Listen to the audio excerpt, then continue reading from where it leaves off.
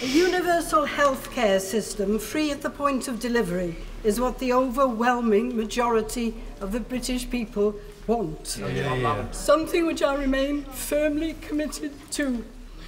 However, there are increasing complaints about nurses who fail to show care and compassion to their patients. What exactly will the Prime Minister do about that?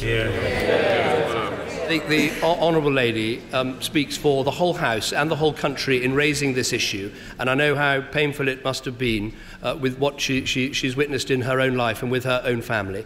I am, as she is, a massive fan of our National Health Service, an enormous fan of the fact that it is free at the point of use, that you don't produce a credit card when you go to hospital, and my own family has had extraordinary care from our NHS.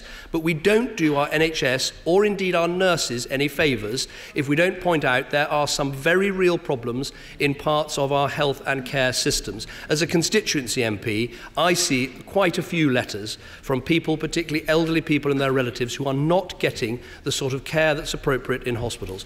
I set up a nursing care quality forum that I've attended myself to discuss with nurses and nurse leaders these issues. There is no silver bullet, no magic wand, but some simple steps like asking every hospital to carry out a friends and family test, asking the patients and the staff, would you be happy for your family or your friends to be treated in this hospital, can make a real difference. An hourly rounding, which is not something to do with statistics, but the idea that for elderly patients, the nurse should be there by your bedside once an hour, checking that you've had water, you've had something to eat, you haven't got bed sores, you're properly looked after. We shouldn't have to dictate these things, but I think a proper conversation with our nurses, who are angels by the vast degree, can get this sorted out for all our relatives.